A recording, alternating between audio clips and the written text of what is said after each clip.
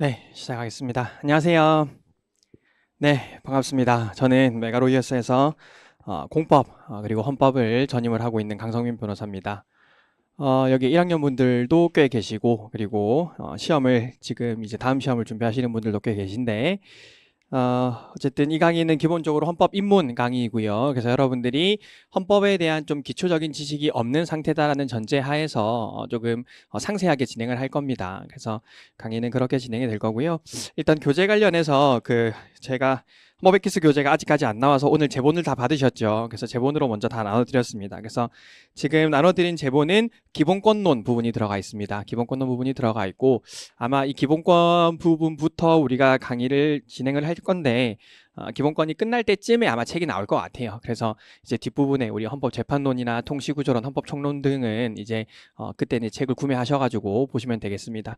아마 특히 이제 1학년 분들은 이제 기본권론 수업이 있으신 분들은 사실 이 제본만으로 보셔도 이제 좀 충분하실 것 같아요. 그래서 좀 더 들고 다니시기도 편하지 않을까라고 생각이 듭니다.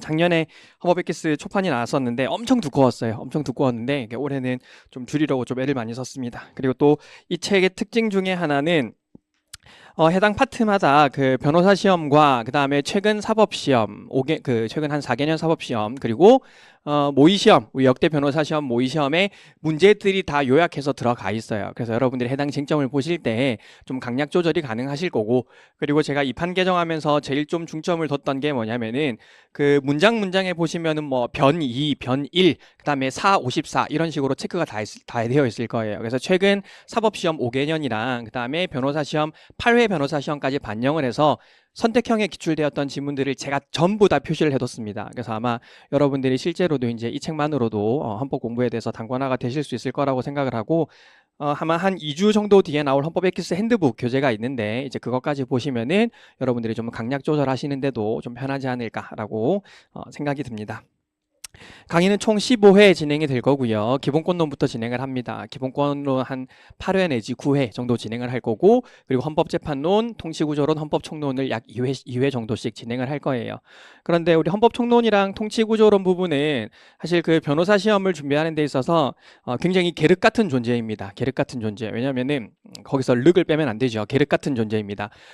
왜냐하면은 이게 굉장히 좀 지엽적인 문제들이 많이 나와요. 조문 문제도 많이 나오고, 뭐 부속법령이라고 해서 우리가 헌법이랑 헌법재판소법 외에 뭐 국적법, 국회법 이제 이렇게 좀 굉장히 좀 지엽적인 질문들을 묻는 파트가 많이 나오는 부분이 이제 그 부분이다 보니까 사실 3학년 분들도 여름 방학 때까지 공부를 하지 않습니다.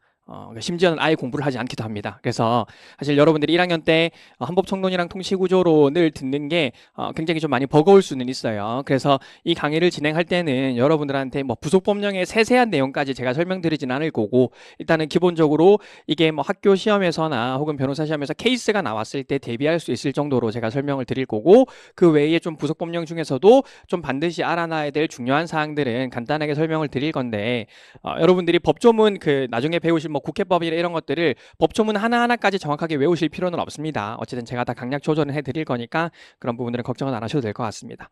그리고 또 하나 공지가 있는데요. 2월 2일은 좀 휴강을 해야 될 것 같아요. 2월 2일 다음 주 토요일인데 설날 시작하는 날이죠. 설날 시작하는 날이라서 사실 뭐 여러분들도 이제 고향에 내려가셔야 될 거고, 저도 고향에 있는 사람이다 보니까 기차표를 못 구했습니다. 기차표를 못 구해서 2월 2일에 내려가야 될 것 같고, 그래서 2월 2일에 휴강을 하고요. 그 다음에 보강은 하루 그냥 늦춰서 마치는 걸로 해서 언제입니까? 2월 14일 날 보강하는 걸로 하도록 하겠습니다. 그래서 그걸 좀 제가 좀 미리 말씀드리고, 원래 그냥 2월 2일 날 오전에 할까도 생각을 했었는데 그냥 그러는 것보다는 그냥 하루 원래 시간대로 쭉 하는 게 나을 것 같다라고 생각이 들었습니다. 어쨌든 그렇게 진행이 될 거고, 어쨌든 강의 여러분들 1학년 분들이 특히 이제 1학년 때 헌법 강의를 수강한다라고 결심을 하신 거는 제 생각에 뭐 쉽지 않은 결심이었다고 생각이 듭니다. 사실 이때 내가 민법만 올인할 것인가 아니면 형법까지만 보고 들어갈 것인가 이런 고민을 하시다가 이제 헌법을 들으셨을 건데, 헌법은 민법이랑 형법과 달리 여러분들이 복습을 엄청 많이 하실 필요는 없어요. 그냥 저랑 강의할 때 그 내용들 좀 잘 이해하시고, 그리고 쉬는 시간에 잠깐만 보시고, 그리고 그날 하루에 1시간 정도만 그냥 가볍게 복습하시면 됩니다. 그래서 뭐 내용을 엄청 많이 외울 거라든지 혹은 이해하는데 민법처럼 엄청 복잡한 내용이 있다거나 그런 것들은 아니다 보니까, 뭐 물론 헌법은 어렵게 공부하려면 어렵습니다만은 여러분들이 이제 내신을 대비하는 데 있어서는 좀 이제 그런 과목은 아니기 때문에 좀 부담 없이 가볍게 들으시면 될 것 같아요. 네, 뭐 저는 아실지 모르겠지만 사회 변호사 시험을 합격했습니다. 그래서 올해로 이제 5년 차 변호사 업무를 하고 있습니다. 그래서 헌법 교재를 계속 쓰고 있고, 나중에 이제 여러분들이 특히 이제 선택형, 사례형, 기록형 공부하시게 될 건데, 아마 여러분들 선배들이 기록형, 공법 기록형은 이제 제 교재 말고 다른 교재가 없어요. 세상에 존재하지가 않습니다. 그렇기 때문에 이제 선택형, 사례형은 뭐 여러 가지 선택지가 있지만, 기록형은 어쨌든 3학년이 되시면은 제 교재를 보시게 될 거예요. 이 강의 진행은 헌법을 처음 접하는 학생들을 대상으로 하는 강의이고 말씀드렸던 것처럼, 그리고 우리 헌법의 체계와 구조, 그리고 헌법에서 나오는 개념들을 이해하는 데 좀 중점을 둘 겁니다. 그래서 헌법의 틀을 잡고 여러분들이 헌법과 행정법에 대한 두려움을 좀 극복하는 강의입니다. 사실 여러분들이 민법이 제일 걱정이 되시겠지만 사실 3학년이 되면은 제일 걱정을 많이 하는 대표적인 과목들이 공법이에요. 왜냐하면은 민법이랑 형법은 그동안 열심히 했는데 공법은 계속 미루다 보니 뭐 내일이 변호사 시험 날이다, 약간 이런 느낌들이 들기 때문에, 그래서 1학년 때부터 여러분들에게 공법의 두려움을 없애고, 또 공법이 굉장히 추상적이기 때문에 좀 그런 부분들에 대해서 제가 좀 충분히 설명을 드릴 겁니다. 이해되는 부분 충분히 말씀을 드릴 거고, 암기할 부분도 말씀을 드릴 거고요. 그리고 실전 연습도 좀 훈련을 해보려고 합니다. 아무래도 이제 로스쿨에 들어가시기 때문에 여러분들이 로스쿨 가면 어떤 시험 치지, 약간 이런 것들이 좀 감이 안 잡히시잖아요. 그래서 제 강의의 특징은 거의 모든 강의에서, 뭐 1학년 강의든 3학년 강의든 거의 모든 강의에서 시험을 칩니다. 그래서 이 강의도 마찬가지인데요. 강의 시작 시간은 2시인데 이제 30분 전에 이제 이 강의실이 열려 있을 거예요. 혹은 이제 오전에 강의하시는 분이 강의를 좀 늦게 마치면은 이제 학원에서 공지를 해줄 거고, 저기 옆에 303호가 열려 있을 겁니다. 그럼 여러분들이 30분 일찍 오셔가지고 제가 그날 이제 전날 배웠던 문제들을 드릴 거예요. 그럼 여러분들이 그냥 가볍게 한번 풀어보시면 될 것 같아요. 시간을 제가 정해드릴 거니까 풀어보시면 될 것 같고, 주로 이제 사례형이나 뭐 담론 문제를 물어볼 건데, 어떤 날은 이제 우리가 이 정도 했으면 이제 선택형 문제 한번 풀어봐도 되겠다 싶은 날은 제가 선택형도 드릴 겁니다. 그래서 제가 매일매일 여러분들 답안을 다 첨삭해드리지는 못하겠지만, 여러분들 이제 강의 시작하기 전에 이제 제가 오늘 풀었던 문제 가볍게 설명을 드릴 거고, 그 문제 보시고 혹시 궁금한 거 있으시면 저한테 이제 쉬는 시간에 질문을 하시면 되고요. 그리고 제가 여력이 되면은 여러분들 답안지를 직접 봐드리기도 할게요. 그래서 제 답안지는 꼭 좀 봐주세요 라고 하시는 분들은 저한테 강의 마칠 때나 쉬는 시간에 주시면은 제가 이제 이런 것들은 이렇게 써야 된다 좀 교정을 해드리도록 하겠습니다.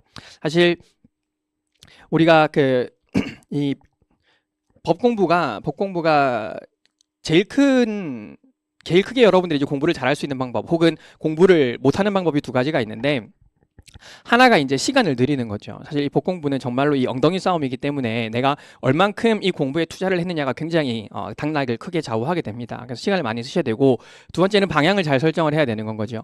그런데 이제 우리가 내가 잘못된 답안을 한번 쓰기 시작하면은 그거를 교정하는 방법을 알지를 못할 때가 굉장히 많아요. 그러니까 내 공부 방법이 잘못되었는데도 불구하고 그것을 깨닫지 못한 채로 3년 내내 공부하는 경우가 굉장히 많습니다. 그래서 그런 문제점들을 해결하기 위해서 여러분들이 좀 부끄럽고 민망하고 힘드시더라도 가급적이면은 뭐 저 같은 그 교수님들이나 변호사님들이나 혹은 학교의 교수님들 혹은 학교 친구들이랑 좀 답안을 돌려가면서 내 답안의 문제점들을 계속 캐치를 하실 필요가 있습니다. 그게 안 되면은 내가 이번에 성적이 잘못 나왔는데 다음번엔 더 열심히 해야지, 더 열심히 한다고 안 나아질 수도 있는 거예요. 그래서 열심히도 하셔야 되고 내 답안에 잘못된 점들을 계속 교정을 해 나가야 되는 겁니다. 그래서 지금 우리 하루에 30분씩 하는 것들도 여러분들이 지금 이제 뭐 변호사 시험 장에 들어가실 분들도 마찬가지고, 이제 입학을 하시기 전에 좀 답안을 쓰는 기본적인 포맷을 제가 좀 잡아드리려고 그러는 거거든요. 그래서 물론 이거는 여러분들이 안 하셔도 상관은 없습니다. 이거는 강제는 아니지만 가급적이면 30분 전에 와가지고 그냥 한번 복습한다고 생각하고 문제를 풀어보시면 좋을 것 같고, 또 그 중에서 하나 유의하실 거, 나는 어제 복습 못했으니까 오늘 문제 안 풀어봐야지 라고 생각을 하시는 경우가 굉장히 많이 있을 수 있는데, 슬픈 이야기지만 우리가 변호사 시험도 다 아는 채로 들어가지가 않아요. 예, 모든 것을 다 아는 상태로 들어가지가 않습니다. 그렇기 때문에 내가 모르는 문제가 나왔을 때 어떻게 대처하는지 그것도 굉장히 중요한 공부의 방법 중에 하나입니다. 그래서 혹시 이제 내가 복습을 못했고 혹은 내가 모르는 문제가 나와서 내가 답안에 아무것도 쓸 수 있는 게 없는 느낌이 들더라도 반드시 그래도 답안을 써보시길 바래요. 여러분들이 추상적으로 머릿속에서 아는 것과 실제로 내가 답안에 현출해내는 것은 굉장히 다르기 때문에 좀 잘 써내시면 좋을 것 같습니다. 우리 변호사 시험 답안지가 이제 100점에 한 장을 주는데요. 그럼 이제 앞면에 이렇게 한 바닥, 두 바닥이 있고 뒷면에 세 바닥, 네 바닥 이렇게가 있죠. 그래서 이제 100점에 우리가 보통 한 바닥이에요. 아마 학교 시험도 비슷할 것 같은데요. 자, 그러면은 100점에 이렇게 네 바닥이 주어지면은 네 면이 주어지면은 한 면은 몇 점일까요? 100점이 25점 정도가 되겠죠. 그래서 우리가 두 면을 채우는데 보통 이 두 면을 50점짜리 문제로 이제 생각을 하고 문제를 채우거든요. 그래서 내일부터 제가 50점짜리 문제를 드릴 거예요. 그럼 여러분들이 나름대로 시간 배분을 잘 하셔가지고 문제를 좀 풀어보시면은 좋을 것 같아요. 자, 그렇고요. 네. 자, 그러면은 일단 1교시는 가볍게 좀 오리엔테이션 강의, 여러분들한테 공법을 좀 이해시켜 드리는 강의를 좀 하고 하도록 하겠습니다. 그래서 제가 지난달에 12월 달이었나요? 여기서 몇 분들은 들으셨던 것 같은데 이제 헌법 조문 특강을 잠깐 짤막하게 했었는데 그때 내용이랑 살짝 첫 부분은 중복이 되는데 뒷부분들은 중복이 안 되는 내용입니다. 그래서 한번 좀 잘 들어보시고 뭐 이거는 여러분들이 딸딸딸 외우실 필요는 없습니다. 그냥 이 공법이 어떻게 이루어져 있는지를 이해하기 위해서 여러분들한테 기초 지식을 제가 쌓아드리는 내용이기 때문에 오늘 이 시간에 좀 가볍게 들어보시면 될 것 같아요. 그리고 원래 이제 우리 변호사 시험의 특징일까? 아무튼 PPT를 쓰는 강사들이 없습니다. 저도 유일하게 PPT를 쓰는 시간이 헌법 입문의 1회차 강의만 PPT를 씁니다. 그 이후에는 저의 아주 이제 못 쓰는 글씨로 여러분들의 설명을 드릴 거예요. 자, 한번 봅시다. 소송의 종류. 1번, 친구가 빌려간 돈을 갚지 않는다. 그러면은 이제 우리가 뭐 갑이라는 사람과 을이라는 사람이 있을 때 내 친구인 을이 내 돈을 안 갚는 거예요. 빌려가 놓고. 그러면은 여러분들 어떤 방법으로, 그러니까 지금 얘기하는 건 다 소송법적인 방법들입니다. 우리가 어떤 소송을 통해서 나의 목적을 달성할 수 있는가를 물어보는 거예요. 그럼 친구가 돈을 갚지 않을 때 이 친구한테 내가 돈을 받을 수 있는 소송법적인 방법은 어떤 형태가 있겠습니까? 민사소송으로 대여금 청구를 하게 되겠죠. 이미 이제 민법 공부는 다 하셨을 거니까 우리가 이럴 때는 이제 민사소송으로 다투게 됩니다. 이 민사소송이라는 것은 사인과 사인 간에 발생하는, 그러니까 대등한 당사자들 간에 발생하는 문제들에 대해서 우리가 과거에는 사실 뭐 내가 친구가 돈을 빌려갔는데 안 갚으면 그 친구를 때리기도 하고 죽이기도 하고 이렇게 했었는데 사실 그렇게 하다 보니까 사회 질서가 무너지게 되죠. 그래서 좀 사적인 관계이지만 국가가 개입해서 이 사적인 문제들을 해결해 주겠다라고 만들어진 게 이제 바로 이제 민사소송법입니다. 그래서 이런 사적인 관계들에 대해서는 우리가 민사소송으로 문제를 해결하고 있고, 여기서 이제 여러분들이 그래서 특히 이제 내가 대여금 청구면은 이 대여금 청구를 하기 위한 요건이 무엇인지, 그리고 상대방의 입장에서는 내가 이것을 안 갚기 위해서 나 너한테 빌린 적이 없는데, 또는 나 이미 너한테 갚았잖아, 또는 아직까지 변제기가 도래하지 않았는데, 또는 너 나한테 빌린 돈으로 우리가 서로 상계하기로 했잖아. 이제 이런 식으로 뭐 부인 내지 항변 이제 이런 것들을 배우시게 되겠죠. 민사소송에서 중요한 것은 나의 청구의 원인 사실, 청구 원인의 요건을 외우는 거. 그다음에 상대방의 입장에서 아니 나 그런 적 없는데라고 부인했을 때, 또는 내가 그랬지만 갚았다, 그랬지만 상계하기로 했잖아, 그랬지만 아직까지 변제기가 오지 않았다, 이런 항변의 요건들이 뭔지를 잘 공부를 하셔야 되겠죠. 자, 2번입니다. 지나가는 사람이 갑자기 나를 폭행했어요. 요건 당연히 다 아시죠. 우리가 형사소송의 형태로 다투게 됩니다. 자, 3번. 배우자가 바람이 났다. 배우자가 바람이 났으면 어떻게 하겠습니까? 이혼을 하겠죠. 우리가 이혼소송을 하게 될 것이고. 자, 4번. 아버지가 돌아가셨는데 형제간에 상속재산에 분쟁이 생겼다라고 하면은 이런 것들은 이제 주로 상속과 관련되는 이제 소송을 하게 될 겁니다. 제가 이제 표현은 이렇게 했지만 사실 우리가 이혼 소송과 상속에 관한 분쟁들도 다 민사소송의 영역에 포함이 되는 건 거죠. 넓게 보면은. 그쵸? 그래서 여러분들이 이제 민법을 배우실 때도 민법에 보시면은 뭐 민법 총칙이 있고 채권 총론, 채권 강론, 물권법이 있고 그 뒷부분에 보면은 가족법이라는 게 있죠. 그 가족법에는 이런 그 혼인과 관계되는 소송에 대한 쟁점들이 있고, 그 다음에 상속과 관계되는 쟁점들이 있습니다. 어쨌든 이제 이런 것들이 우리가 사인 간에 발생하는 문제라고 볼 수 있을 것 같고요. 자, 5번부터 한번 보십시다. 조금 성격이 달라져요, 이제부터. 자, 5번은 1심 재판부가 증거조사를 제대로 하지 않아서 내가 패소했습니다. 자, 1번, 2번, 3번, 4번 다시 한번 보시면은요. 어쨌든 우리는 어떤 분쟁 관계에 있어서 이 분쟁을 일으키게 한 혹은 나의 어떤 권리를 침해하고 있는 나의 어떤 완전한 권리의 행사를 방해하고 있는 사람을 상대로 소송을 제기를 하게 되는 건데 지금 5번부터는 조금 성격이 다른데요. 지금 여기서 내가 그 친구한테 빌려간 돈 대여금 청구를 했어요. 서울중앙지방법원에 대여금 청구를 했습니다. 그런데 내가 차용증을 분명히 증거로 제출을 했는데 1심 재판부가 그 차용증을 검토를 안 하는 바람에 너 돈 빌려준 적 없는 것 같은데 라고 하고 패소 판결을 내린 겁니다. 자, 그랬을 때 여러분들의 완전한 권리 행사를 방해하고 있는 사람은 누구예요? 1심 재판부죠. 1심 재판부. 다른 말로 하면은 우리가 공권력의 주체, 우리가 그 권력 분립의 관점에서 공권력을 가진 사람 크게 세 가지로 나누면 뭐가 있습니까? 입법부, 행정부, 사법부가 있는 거잖아요. 그러면은 지금 5번은 누가 나의 권리를 제한하고 있는 거예요? 사법부가 나의 권리를 제한하고 있는 거죠. 그러니까 사법부입니다. 자, 사법부가 행하는 것들도 뭐 여러 가지 경우의 수들이 있겠지만 사법부가 행하는 가장 대표적인 게 이 재판이죠. 재판. 자, 그러면은 우리가 사법부의 이 재판 작용에 대해서 불만이 있으면은 어떤 방법으로 다툴까요? 내가 1심 소송을 걸었는데 1심 소송에서 패소했습니다. 그럼 뭐 해야 되는 겁니까? 항소해야 되는 거죠. 항소. 우리가 1심에서 판결이 났는데 이 1심 판결에 불복하게 되는 경우에 항소하게 되고 그 다음에 2심 판결이 났을 때 이 2심에 불복하는 방법을 우리가 상고한다라고 이야기를 합니다.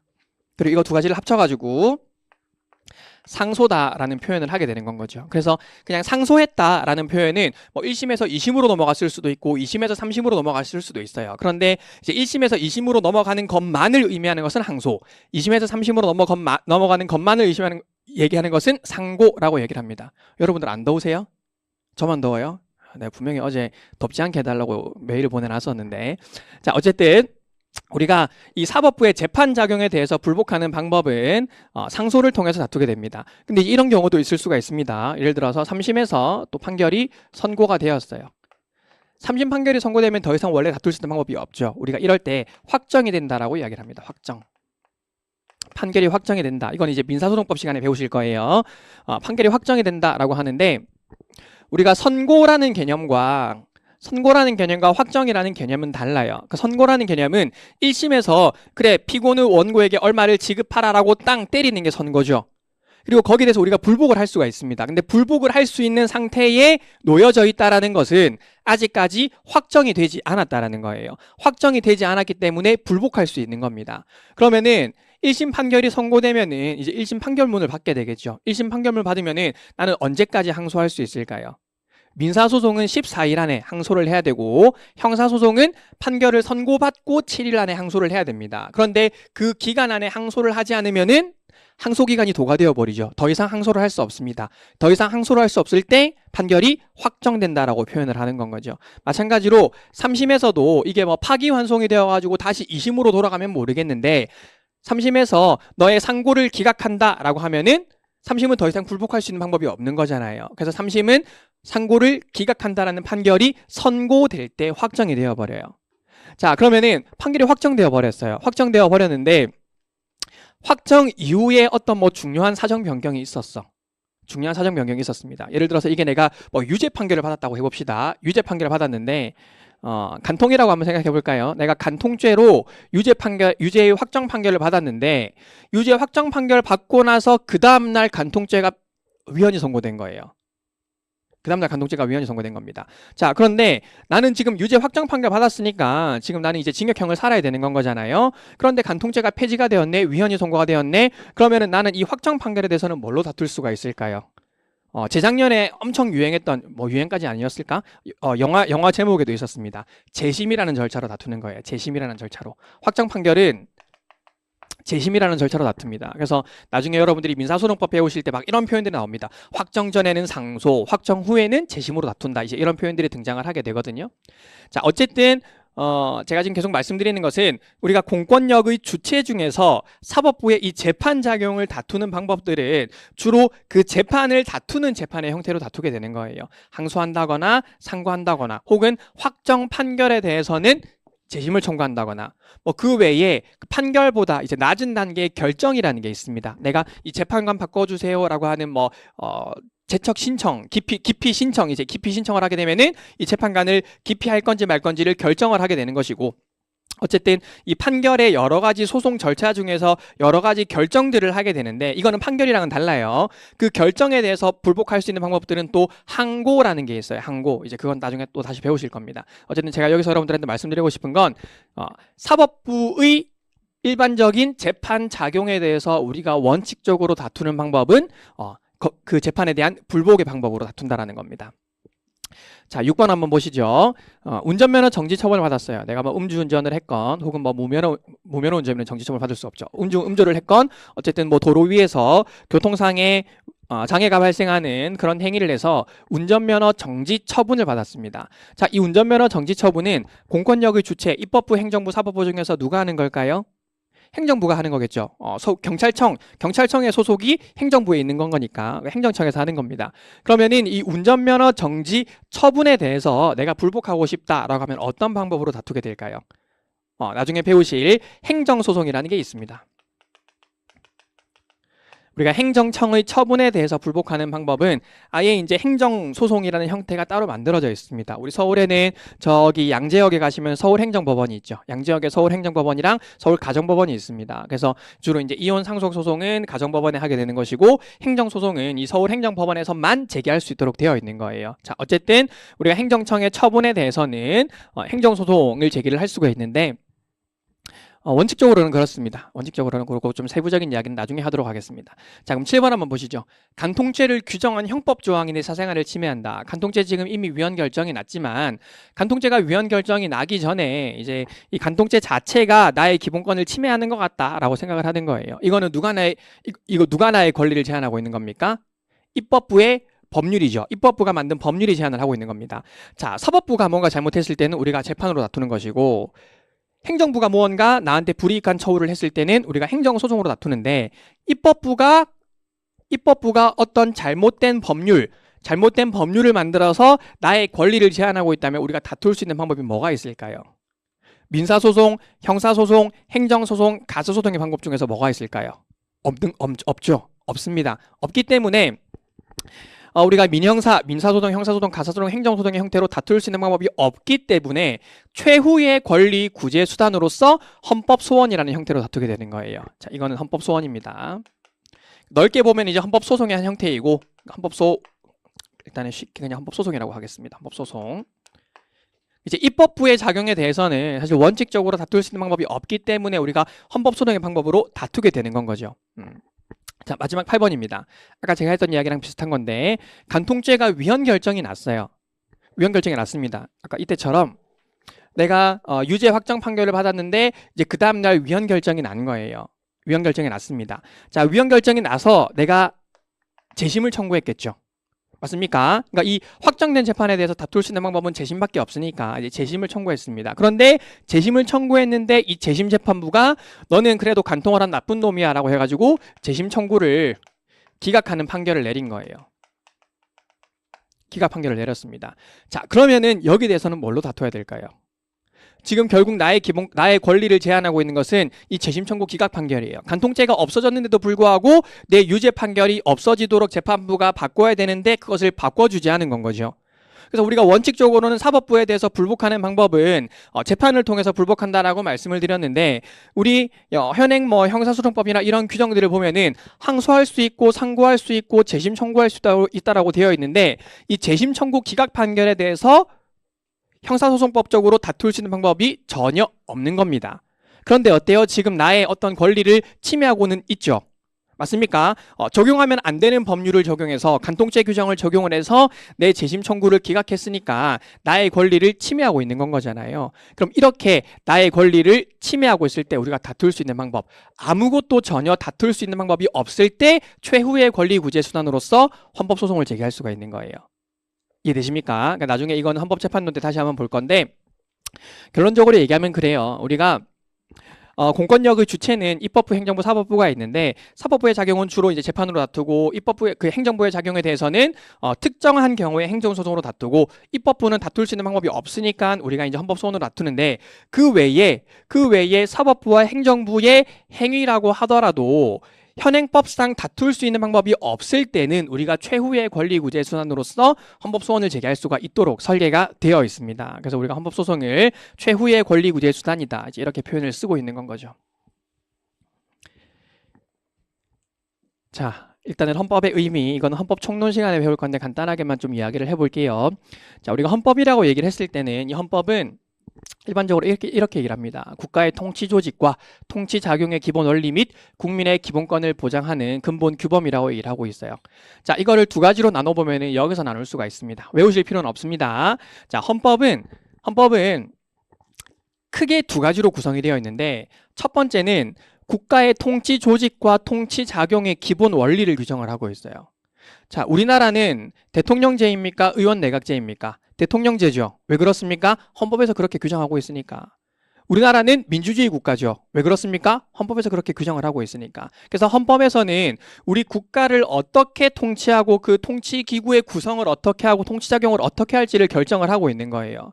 자, 작년에 이제 재작년부터 박근혜 대통령이 이제 이게 뭐 최순실이 CD 사건이 막 터졌을 때 박근혜 대통령이 이제 이걸 덮으려고 하면서 책임 총리제를 도입하겠다, 막 이런 얘기들을 했었습니다. 책임 총리제를 도입하겠다. 그래서 총리한테 실제적인 권한을 다 물려주고 나는 아무것도 안 하겠다라고 이야기를 했습니다. 자, 그런데 우리 헌법에는 국무총리가 할 수 있는 역할과 대통령이 할 수 있는 역할이 다 구분이 되어 있습니다.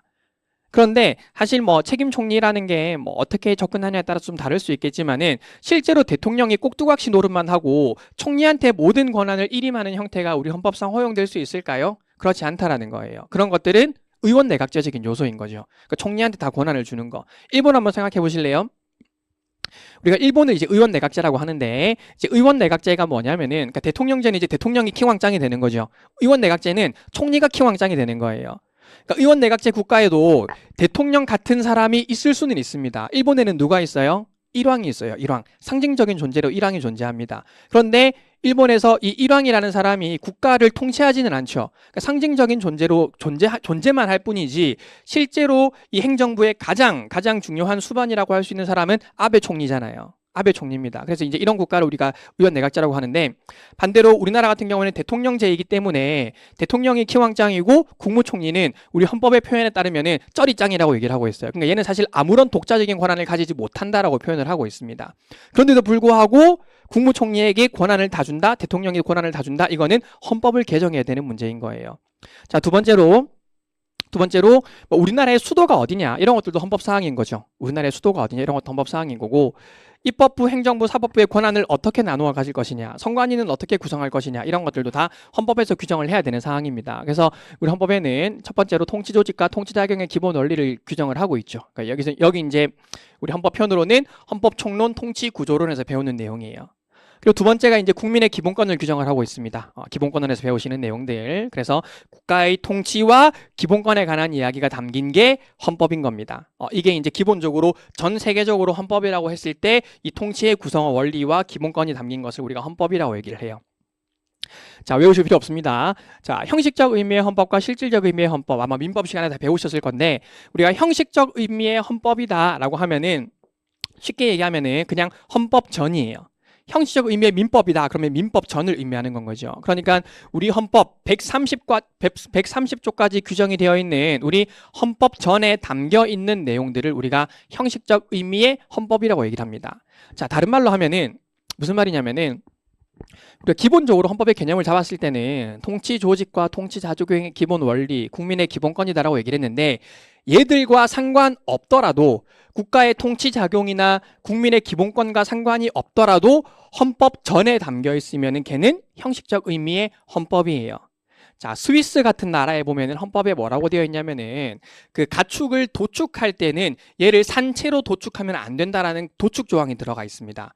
자, 이 도축 조항이 국가의 통치 작용과 관련되는 내용입니까? 아니죠. 국민의 기본권과 관련이 돼요? 아니에요.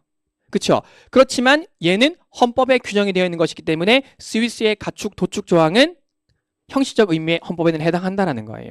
그런 게 이제 우리가 형식적 의미의 헌법이라는 내용이고, 실질적 의미의 헌법은 규범의 형식과 관계없이 요 내용들을 담은 것들을 우리가 실질적 의미의 헌법이라고 이야기를 합니다. 자, 대한민국의 국민이 되는 요건. 자, 여러분들이 생각하시기에 국민이 되는 요건은 헌법 사항일까요? 아니면 그러니까 헌법에 규정이 되어야 될 내용일까요? 아니면은 헌법 사항이 아닐까요? 국가를 구성하는 세 가지 요소 뭡니까? 국민, 영토, 주권이잖아요. 그렇죠? 그러면은 누가 국민이 되는지는 헌법에서 규정을 해야 되는 건 거죠. 맞습니까? 그러면은 국민이 되는 요건을 정하고 있는 내용은 실질적 의미의 헌법에 해당하죠. 실질적 의미의 헌법에 해당합니다. 자, 그러면은 우리 헌법에 국민이 되는 요건을 뭐라고 얘기하고 있을까요? 나중에 헌법 3조 한번 읽어보시겠지만 같이 헌법 3조에 보시면은 국민이 되는 요건은 법률로 정한다라고 되어 있어요. 그래서 어떤 법이 만들어져 있다? 국적법이라는 게 만들어져 있습니다. 국적법. 그러면 그 국적법에 보면은 우리나라는 뭐 태어나면서부터 한국에서 태어나면은 이제 국민이 되는 것이고, 뭐 아버지나 어머니가 한국인이면 또 대한민국 국민이 될 수 있고 쭉쭉쭉쭉 얘기를 하고 있습니다. 자, 그럼 질문. 국적법은 형식적 의미의 헌법일까요?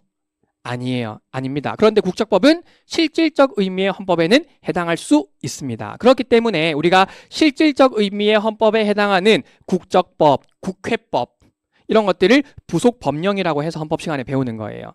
그런 것들이 다 그 내용 자체는 헌법에서 규정이 되어야 되는 헌법적인 중요한 사항을 가지는 내용들이기 때문에 그래서 뭐 정부조직법, 국회법, 법원조직법, 정당법, 선거법 이제 이런 것들이 실질적 의미의 헌법이다라고 얘기를 하고요. 여러분들이 다 아실 만한 우리나라 대한민국 수도가 서울이다 이런 것들도 헌법에는 규정이 되어 있지 않죠. 그런데 뭐 관습헌법이다 이렇게 이제 이야기를 합니다. 이런 것들도 우리가 실질적 의미의 헌법이다라고 이야기를 합니다. 자, 일단 여기서 이제 첫 번째로 좀 중요한 이야기들, 요거는 여러분들이 외우실 필요는 없지만 요 개념을 좀 잘 이해하시면은 나중에 행정법 공부를 하실 때도 엄청 수월하실 것 같아요. 헌법은 그 나라의 최고 규범입니다. 그 나라가 어떻게 돌아가는지를 결정하는 것이 헌법이에요. 자, 그런데 그 헌법에서 모든 내용을 다 담을 수 없고, 어쨌든 헌법에서도 이제 법률로 위임하는 것들이 있을 수도 있고요. 그리고 우리가 그 나라에는 이제 헌법이 있고, 이제 입법부가 만드는 법률이라는 게 있죠. 입법부가 만드는 법률이라는 게 있는데 이 법률도 헌법에 위반되면 안 됩니다. 우리 아까 봤던 것처럼 이 간통죄를 규정한 형법 조항이 헌법에 위반된다, 성적 자기결정권을 침해한다라고 하면은 이 법률이 위헌이 되는 것처럼 국회가 만든 법률도 이 헌법의 테두리 안에서만 허용이 될 수 있습니다. 헌법을 위반할 수가 없는 거예요. 마찬가지입니다. 국회뿐만 아니라 모든 국가의 통치작용, 입법부, 행정부, 사법부의 작용들은 헌법의 테두리 안에서만 허용이 될 수가 있는 겁니다. 자, 그래서 이제 헌법 다음에 우리가 그 다음 두 번째 규범성을 가지는 것이 법률이고, 이건 입법부가 만드는 것이고, 근데 입법부가 법률을 만들 때 그걸 좀 그 모든 내용을 법률에 다 담을 수가 없을 수가 있습니다. 예를 들어서 우리 변호사 시험에 관한 변호사 시험법을 한번 생각해 봅시다. 변호사 시험법. 변호사 시험법에는 뭐 변호사 시험은 뭐 어떤 과목을 치고 그다음에 뭐 1년에 언제 치고 이런 내용들을 담겠죠. 어떻게 합격자를 결정하고 이런 내용들을 담을 겁니다. 자, 그런데 시험의 시작 시간은 언제고, 시험 중간에 관리 감독은 어떻게 하고, 그 다음에 쉬는 시간은 어떻게 해주고, 이런 것들을 법률에 다 담을 수가 있을까요? 다 담을 수가 없겠죠. 이제 그러다 보니까 이 법률에서는 주로 굉장히 중요한 내용들만 법률에 규정을 하게 되고, 자세한 내용들은 법규명령이나 행정규칙에 넘기게 됩니다. 이 법규명령이랑 행정규칙이 뭐냐면은 우리가 얘들을 합쳐가지고 행정입법이다라고 이야기를 하는데요. 행정입법이다라고 얘기를 하는데, 이거는 입법부가 만드는 법률의 형태로 되어 있는 것들이에요. 입법부가 만드는 법률의 형태로 되어 있는, 입법부가 아니라 행정부가 만드는 법률의 형태라고 보시면 될 것 같습니다. 자, 이 법규명령에는 뭐가 있냐면은 크게 세 가지가 있습니다. 대통령령, 총리령, 불령. 대통령령은 누가 만들까요? 대통령이 만들겠죠. 총리령은 총리가 만드는 거예요. 불령은 누가 만들까요? 각부 장관들이, 그렇죠. 노동부 장관이라든지 아니면 법무부 장관이라든지 그 해당 부서에서 만드는 것들이 우리가 불령이라고 얘기를 합니다. 자, 법률 질문. 법률은 여러분의 삶을 구속해요? 여러분들은 법률을 지켜야 되는 의무가 있습니까? 그쵸? 법률은 여러분들의 삶을 구속합니다. 우리가 이렇게 그 내용이 나의 삶을 구속하는 힘, 국민들을 구속하는 힘을 뭐라고 얘기를 하냐면은 법규성이라고 얘기를 합니다. 법규성. 법률로서 우리가 지켜야 되는 규칙, 우리가 지켜야 되는 우리 삶을 구속하는 힘이 있다라는 의미로 법규성이 있다라고 표현을 하는데 법률은 법규성이 있어요. 그렇기 때문에 여러분들이 법률을 위반했을 때는 처벌을 받기도 하는 건 거고 어떤 불이익을 받기도 하는 겁니다. 자, 그러면은 행정부가 만드는 법규 명령은 여러분들의 삶을 구속할까요? 즉 법규성이 있을까요? 나중에 행정법 시간에 배우시겠지만 법규 명령은 법규성이 있어요. 그렇기 때문에 대통령령, 총리령, 부령은 여러분들의 삶을 구속하는 힘을 가집니다. 여러분들은 이 대통령령, 총리령, 부령에 따라야 될 의무가 있는 거예요. 자, 그런데 이 행정규칙이라는 건 뭐냐면 법규명령은 행정부가 만드는 법규성이 있는 행정입법인데 반해서 행정규칙은 행정부 내부에서 자기들끼리 그냥 우리 이렇게 사무를 처리하자라고 내부적인 약속을 정하는 거예요. 행정규칙은 내부적인 약속에 지나지 않습니다. 어떤 형태들이 있냐면은 고시, 훈령, 지침, 예규 이제 이런 형태들이 있습니다.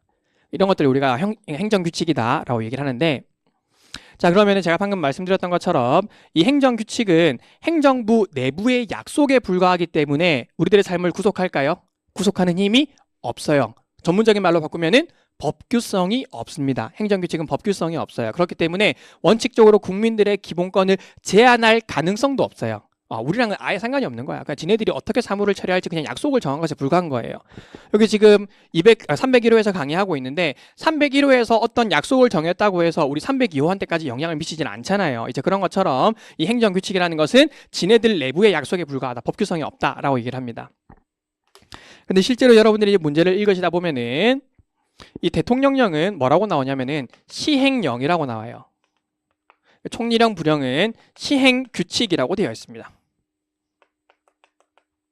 시행규칙이라고 되어 있습니다. 그래서 이제 앞으로는 어떤 법령을 읽으실 때 시행령이라고 되어 있으면 이거 대통령령이구나 라고 보시면 되고 시행규칙이다 라고 되어 있으면은 이거 총리령 또는 부령이겠구나 어쨌든 법규명령이겠구나 라고 생각을 하시면 됩니다. 우리 3학년 분들도 몇몇 분들이 굉장히 헷갈려하는 게 이 시행규칙과 행정규칙을 헷갈려하는 친구들이 있어요. 그러니까 여러분들이 헷갈리지 맙시다. 행정규칙은 법규성이 없는 말 그대로 행정규칙에 불과한 것이고 시행규칙은 법규성이 있는 법규명령을 의미하는 겁니다. 총리령, 부령의 형태입니다.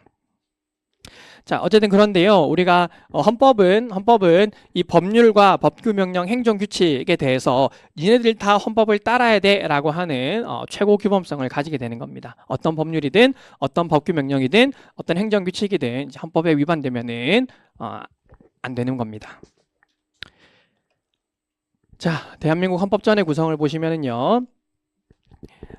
우리 헌법은 총 130조까지 규정이 되어 있습니다. 130조까지 되어 있고 그 중에서 우리가 기본권이라고 했을 때는 주로 여기 제2강 국민의 권리와 의무 부분이죠. 10조부터 39조까지 조문은 굉장히 적습니다. 조문은 굉장히 적은데 여기에 규정이 되어 있는 기본권들이 어떤 기본권들인지를 우리가 정확하게 이해하고 이제 그것을 토대로 만들어져 있는 이 국가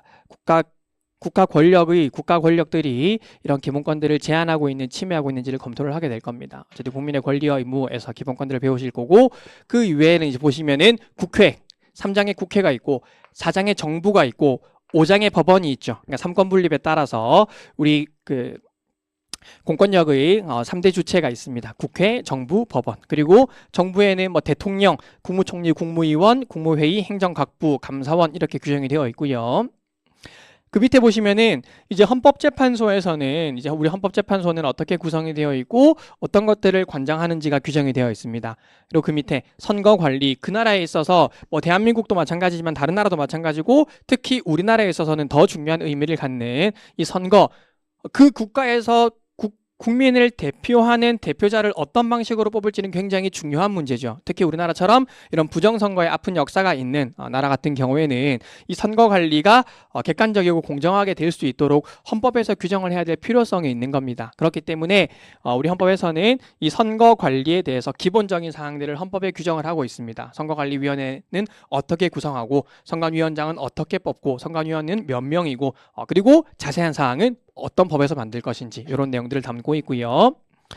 자, 그 다음에 이제 지방자치, 우리 작년에 이제 개헌 논의가 되었을 때도 제일 뜨거운 감자 중에 하나였었죠. 이 중앙정부의 힘이 집중되다 보면은 결국 부패할 수밖에 없습니다. 이제 그러다 보니까 점점 더 전 세계적으로 좀 지방자치에 대한 논의가 굉장히 활발해지고 있고, 우리나라도 이제 헌법에 지방자치 규정이 있습니다. 그렇기 때문에 헌법에서 지방자치를 인정을 하고 있기 때문에 아무리 중앙정부가 열이 받아도 지방자치제도 자체를 없앨 수는 없는 건 거죠. 헌법 사항이기 때문에. 자, 그 밑에 제9장에 보시면은 이제 경제라고 되어 있습니다. 우리는 아시다시피 자유시장 경제 질서가 원칙이지만 국가가 어느 정도 경제에 개입을 하죠. 뭐 대형마트 같은 경우에는 뭐 둘째 주, 넷째 주 쉬어라 이런 것들도 하고, 자유시장 경제 질서를 원칙으로 하면서도 국가가 경제에 개입하는 뭐 그런 내용들을 많이 담고 있습니다. 이제 그런 것들이 119조 이하에 있는 경제에 담겨 있고요. 마지막 제10장의 헌법 개정, 헌법은 어떤 방식으로 개정을 할 수 있는지를 128조, 129조, 130조에서 담고 있습니다. 학술적 편제는 헌법 총론에서는 헌법과 헌법학, 헌법의 기본 원리 뭐 이렇게 되어 있고 이런 것들을 나중에 배울 거고요.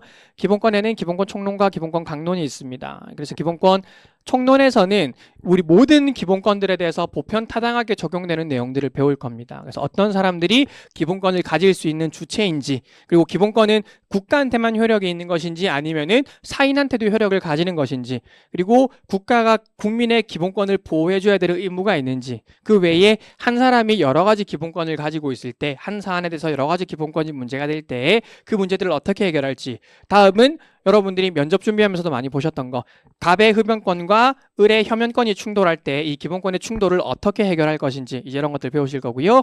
기본권을 어떻게 제한을 할 수 있는지, 기본권을 제한할 때도 어떤 한계를 지켜야 되는지, 이런 것들이 기본권의 총론입니다. 이제 그리고 나면 기본권의 강론인데, 기본권 강론은 크게 5가지 정도로 보시면 될 것 같은데, 제일 중요한 게 자유권적 기본권이에요. 자유권적 기본권, 내가 마음대로 누릴 수 있도록 국가가 개입하지 마라고 요구하는 형태의 자유권적 기본권이 제일 중요하고요. 그 외에는 이제 참정권 배우실 거고, 청구권적 기본권 이런 것들도 배울 거고, 그 다음에 4번째, 국가가 나를 좀 도와줘라고 하는 형태의 사회적 기본권도 배울 겁니다. 5번에 국민의 기본적 의무, 여러분들 다 아시는 뭐 국방의 의무, 납세의 의무 등등등이 있는데, 뭐 국민의 기본적 의무는 수험적으로는 크게 중요한 내용은 아닙니다. 자, 그 다음에 통치구조론을 배우실 거고, 사실은 우리가 헌법재판론이 국회, 정부, 법원, 헌법재판소 이렇게 통치구조에 속하는 편제인 것인데, 사실 우리 변호사 시험은 이제 좀 실무가를 양성하는 제도이다 보니까 이 소송법적인 문제들을 굉장히 많이 물어보고 있습니다. 실제로 변호사 시험에서도 한 100점 만점에 한 30점 정도는 헌법재판소 부분에 굉장히 문제가 집중이 되어 있거든요. 그렇기 때문에 실제로 우리가 수험적으로는 헌법재판론은 편제를 나누어 가지고 따로 배우고 있습니다. 자, 어쨌든 이런 내용들을 우리는 배울 겁니다. 무슨 문제가 생겼나 봐요, 그죠? 자, 그러면은 요거까지만 하고 오실까요? 조금 쉬었다가 합시다. 안전불감증일 수도 있으니까 왜 사이렌이 왜 울리는지도 한번 확인하고, 그래서 대피해야 되는지 더 들어도 되는지를 결정을 합시다. 자, 조금 쉬었다가 정각부터 계속 보도록 하겠습니다.